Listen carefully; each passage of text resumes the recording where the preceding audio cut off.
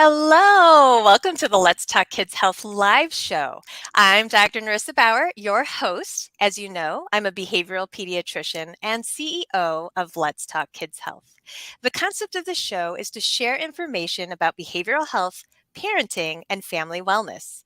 Each week, I bring you topics and guests to help me advance this mission so that we can all talk together. Now, this show is pre recorded, but as you're watching, please make sure to comment and ask questions. I'll be monitoring the comments and I can ask my guests any questions that are left.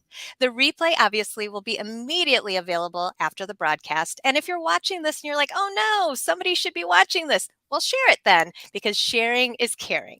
And if you don't want to miss future episodes, or maybe check out the past ones, subscribe to my YouTube channel, Narissa Bauer MD, and follow my blog Facebook page, Let's Talk Kids Health, and join my free parenting discussion group. So, today's topic is why the teen years are a perfect storm for sleep issues with friend and Dr. Kara Uwe. Dr. Hi. Kara Uwe, hello, is a sleep physician and psychiatrist working in Toronto, Canada. She helps teens and young adults get their sleep on track so that they have more time, energy, and motivation for what matters. She is currently piloting the Decode Insomnia program, a 5-week program based on cognitive behavioral therapy for insomnia and acceptance and commitment therapy with group support for participants and their parents. So excited to hear all about this. She is also the host of Find the Eight, a 13-episode podcast series in which she breaks down key sleep concepts and strategies in episodes of 10 minutes or less. Oh my goodness, where have you been all this time, Dr. Uwe? I'm so glad to have you here. Thank you so much for having me. I'm so happy Oh, to be here. yes, yes, And and yes, and so, sleep is one of those things that, as a parent and as a pediatrician in general, when kids are not sleeping, nobody is sleeping, and it is so hard. It's just one of those topics that I know that when families are dealing with this, it can be really hard for everybody. So I'm really excited to talk to you, especially because you work with teens as well. So let's you. talk about this.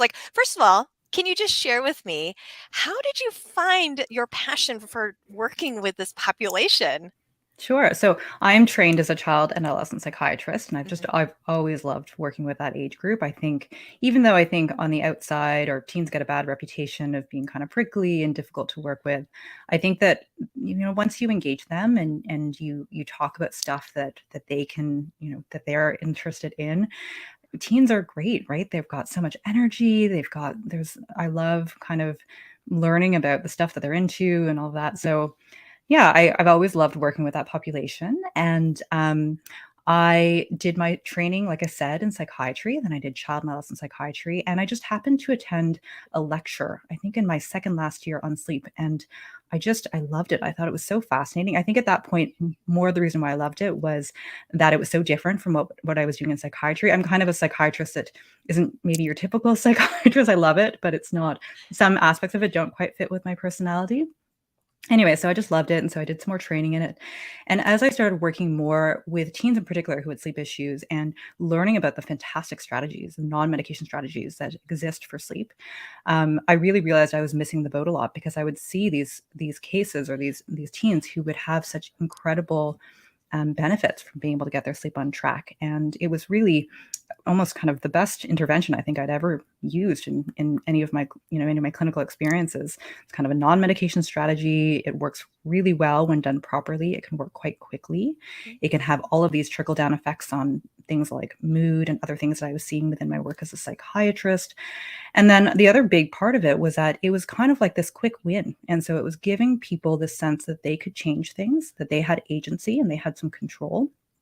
And then, of course, having the extra energy and the extra time, I really I saw how it could be, kind of starting with sleep could be this great gateway to then being able to actually move the needle on other things, right? Like addressing depression or addressing a host of other things. So that is my story, how I came to love sleep and want to work in this area. Oh my gosh, I love it. And for those parents who are watching and they're like, oh my gosh, wow, you just said some really awesome things that I want for my teen. We're going to let you know how to get a hold of Dr. Kara Uwe after, and that way you can check out her wonderful resources and her program. So let's get started here because I think, obviously with teens and sleep, what I heard you just say and what I love about what you do, your approach, is that you give them agency. You give them the skills to empower them to know that they can control this and then to really put it in place so that they feel better. And again, like you said, it's a gateway to other things, right? So I'm just curious, like what are the best three first steps to do this? Because I would love to hear how you think through this. Sure. So as you said, or at the beginning, you kind of introduced that we're going to be talking about how the teen years are really the perfect storm. I think the first thing that we have to talk about is that there are so many things that are working against teens to sleep well. And so when it comes to getting sleep on track, there often are many, many things that need to happen and need to come together in the right way and for long enough for people actually then to be able to see improvement, right? To actually be sleeping better. And so I very commonly have people come in and tell me that they've tried everything. But what often happens is that they've tried a piece of the puzzle, but then all these other things are kind of fueling the problem.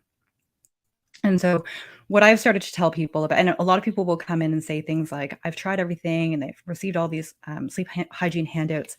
And it's just too much, right? It's too much to digest, especially when you're tired. And it doesn't really give you any indication of where to start. So in my work, I've really realized that it always comes down to these first three things, regardless of whether you want to do a full out approach, you want to do treatment, or you're not so sure that you're ready to invest in your sleep and you just want to dabble a little bit, you want to make some small changes.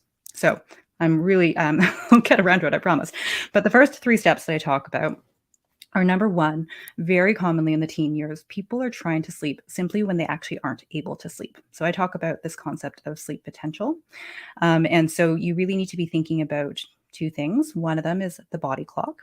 Lots of teens have body clocks that operate on a later schedule, and there are a lot of things that can push that schedule later. So you probably know during the pandemic, a lot of teens flipped onto a schedule where they were sleeping entirely during the day and then up all night. Right. So they kind of shifted. I'm in Toronto, so they kind of shifted onto Hawaii or Japan or Australia time. Mm-hmm. Very easy to do. And so oftentimes it's simply a matter of, like I said, the first step is actually knowing when your body is going to be ready for sleep based on the timing of your clock. And then also on another system called the homeostatic system or the sleep drive system, which is really, it's simpler. It's more the idea that the longer we're awake, the more sleepiness we build up. And the more physically active we are, the more sleepiness we build up. And so oftentimes, both because of a clock that's running later and other things like sleeping on the weekends or napping after school or not being as physically active because people are so tired and for lots of other reasons too, it's very common that people will try to sleep at, say, 11 or 12, but their bodies are simply not ready for sleep until maybe 2 or 3 or even later. And that sets them up for a lot of problems because if you're showing up 2, 3, 4 hours before sleep is actually realistically going to come, you get anxious, you get frustrated, and then that just snowballs. So that's step number one. So understanding kind of how sleep works and then being able to time your sleep accordingly, so you're not showing up too early. Step number two has to do with the idea that a very common thing that drives insomnia in the patients that I see is that they've developed a very negative association with their bed. So basically, you want your bed to be paired with a state of calm and sleepiness, right? There are some people who can get into bed, they might be really alert, but then they get into bed and then the bed actually triggers more of that state of sleepiness. So we all know people in our life like that, right? Mm-hmm. But for people with insomnia, typically the bed is associated with this very unhelpful state of just not being able to settle. Sometimes it's associated with a state of being really tense and anxious, that really busy mind.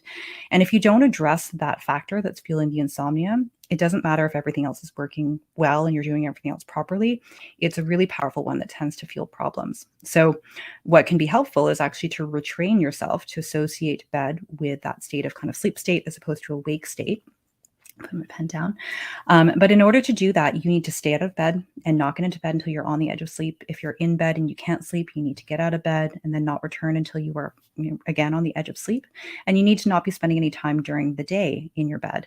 And that's very hard for most teens to do because that's where they feel comfortable and that's where they have privacy. And especially when we were all at home, that's where a lot of people were doing school. Yep. Right. So actually, while that retraining process is a really helpful step in the future, the second step that I recommend to people is actually setting up an alternate place where they can be.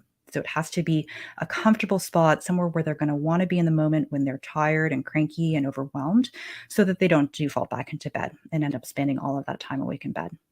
So that's step number 2. And then step number 3 has to do with the fact that, as I mentioned before, it's very easy to switch onto a later schedule. And part of that has to do with the fact that we have access to light 24/7. Right? Our lives are very different now as compared to how they were before we had artificial lights, before we had screens. And all of that light is incredibly disruptive to sleep. So the light that we get in the evening, 3 to 5 hours before sleep, pushes the clock later, makes it difficult to settle, and also can impact our quality of sleep. So my third step is all about being able to optimize light, get the right cues, light and dark cues at the right time. And so there's a bunch of different things that you can do that. But those are the 3 places I get people to start.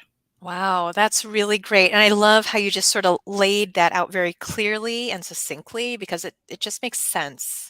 I mean, I'm just thinking about like those LED light strips that are so popular right now in kids' rooms. Oh my gosh. Like, I mean, there's so much light everywhere, you know? So, Yeah.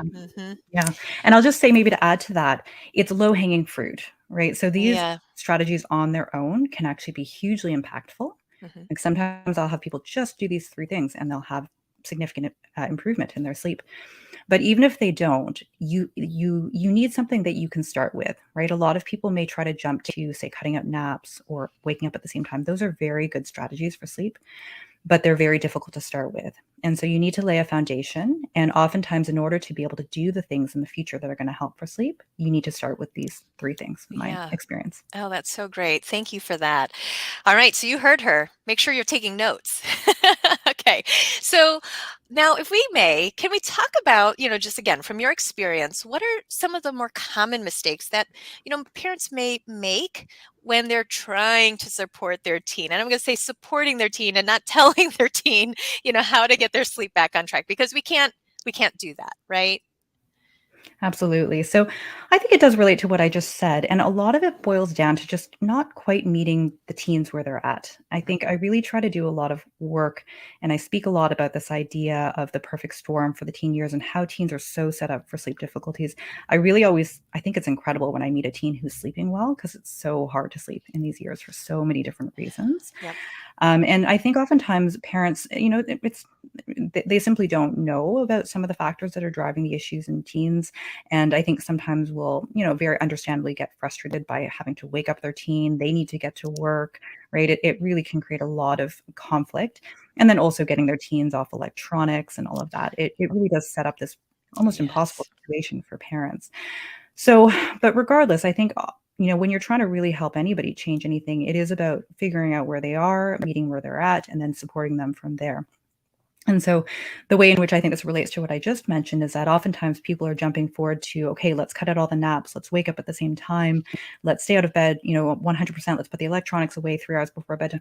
All of that is incredibly unrealistic. Yes, it's helpful and it's well intentioned, but I think oftentimes setting that expectation that is just simply not kind of realistic can unfortunately do a lot of harm and lead to a lot of conflict. So I would say that's the big one. And I think related to that, just kind of digging in your heels and maybe not, taking a certain approach that tends to actually make teens want to make those change less to their sleep less. That's kind of another common trap that I'd say many parents very understandably fall into. Yeah, I mean, it's so hard because as a parent, when you know what the benefits are and you're like, just listen to me, like it's so easy. But like you said, I mean, I think one of the things is really trying to come at it from a collaborative standpoint. Again, trying to meet them where they are and being realistic because making any change, I mean, it's huge. I mean, you can't just change it overnight and it can be really daunting. So what I love about what you said is to sort of do it in a way that the teens take ownership because then when they come out of this on the other side, they can be proud of the fact that they were the ones who made these choices. They were the ones who were able to implement these steps. And that's a lifelong skill that they'll take Mhm. forward. Mhm. That's great. You can force a teen to sleep better for a few days, but then it Mhm. tends to fall apart, right, if it's not coming from them. So, Yeah. yeah. Well, I mean, I guess on the flip side, is it fair to then ask you, like, maybe one or two common mistakes that youth do to sabotage their own efforts, maybe? Yeah, absolutely. So, I mean, I think very similar to what I just said, trying to do too much. Mm, So, I will very often talk about a concept that you may have heard of, but just the 2-minute rule, right? Sometimes you just need to start really bite-sized and digestible, so that, and that's the fastest way to make progress. And actually, the reason why I called the podcast "Find the Eight" is that I use this concept clinically a lot. I will ask people after we've made a plan, what is the chance or what's the likelihood out of 10 mhm. that you're going to be able to follow through with this until we next meet? And it can be so helpful to ask that question because it uncovers, the fact that you may have put together a very unrealistic plan. If it's a 5 or 6 or 4, which I very commonly hear, then we need to go back to the drawing board and figure out, okay, what do you think is actually realistic? 8 is perfect because it's going to be challenging, but not so challenging that things are going to fall apart. 9 or 10 is okay, but it's probably not stretching you. So the progress is going to be slowed down. So Yes. yeah, so I would say that's, just like for the parents. And actually, as an aside, I'm starting a podcast soon that's going to be called Meet the Eight, which is based on all these concepts. So it's the parents have to meet the eight and the teens have to find the eight. So Oh, that's yeah. so good, so good. Oh, yeah, and as soon as that's out, I will be helping to spread the word, especially with my own patients too. It's just, like I said, sleep is very elusive. I'm still working on it myself. So am I, to be Yeah, honest, right? It's yes. I know all about this and I've thought about it a lot, but it's challenging for everybody, Yeah, right? so can we acknowledge that? Because I think even though we know this information, it's challenging. So Mhm. taking that and knowing that our teens are going to also probably have a harder time too. I mean, just kind of showing each other some grace because, again, it takes practice and consistency and just, kind of sticking to it, but then that understanding. Absolutely. Yeah. Absolutely. So I thought it was interesting and just wrap up before we talk about where to find you. The title of this, The Perfect Storm. Yeah, right. I mean, so in your experience, like, why are the teen and young adult years such a setup for sleep problems? I really could talk about this for about an hour, so I'm gonna try to be concise, but so when we think about the different things that drive sleep difficulties, I've already talked about the body clock. A lot Hmm. of teens, it's very normal for their clock to run later by a couple hours. And so that immediately sets them up for issues because they still have to wake up early for school. So I often say to a lot of my teens, it's like you're having to wake up at 3 or 4 a.m. every single day, right? And so it's setting them up for these difficulties. And then on top of that, you've got a whole lot of other things that are keeping them up at night, right? So you've got the electronics, the importance of how electronics are often how people stay connected. And that I think was especially more the case, obviously, during the pandemic, right? That's just harder in the teen years. I think that's a lot trickier. Developmentally, they are wired to seek out that connection from their peers. And so Yeah. asking them to put away their electronics or their video games when that's when they're connecting is incredibly difficult. The teen years are challenging for a whole host of reasons that I won't go into. But basically, what that ends up happening is that you've got this crunch, right? Where Hmm. teens are getting incredibly sleep deprived over the week, and then what often happens on the weekdays or weekends rather is that they sleep in, right? For lots of reasons, it's nice to sleep in, but also to catch up a bit on sleep, and then they also nap after school, right? And unfortunately, sleeping in and napping makes it harder to sleep at nighttime. So you get into these vicious cycles, right? Where there's this very classic pattern that I see of not a lot of sleep during the week, catch up, nap, and then it just drives the problem even more. So I often find, it's okay when school starts and then getting into October, November, people just get so exhausted and they are so they've gotten dug into such a big hole in terms of this vicious cycle. It's very difficult to change those behaviors. So there's that. And then I also did mention that idea of the negative association of the bed.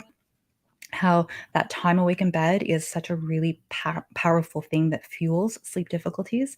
And I think we can't ignore the fact that many, many teens spend a lot of time in their beds for very understandable reasons. And so that's another thing that contributes. So, anyways, I could go on, but I think I've hopefully spoken to the big ones that Yes. really make it very difficult to sleep well in these years. Yeah. Well, I mean, I think it's important to sort of lay those out and to help educate the teens and the parents about that, just because, again, uh, I mean, I think sometimes when like kids are not sleeping and understanding, well, part of it is biology. I mean, they're just not ready to sleep. It's not Hmm. that they're trying to to like not listen or whatever. So, I mean, I think part of that is just the education. So, thank you for the work that you do. I think it's really important, and it's so great that because like just hearing you speak, you're very calm and you're very, you're very resourceful, but it's very easy to listen to you. So again, Oh, I'm thank so you. excited about this podcast coming out and all of that.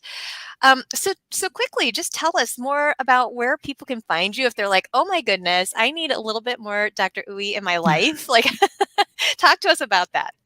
Sure. So I have a website. It's decodeinsomnia.com. And I've just recently started an Instagram account. So that's also at decodeinsomnia.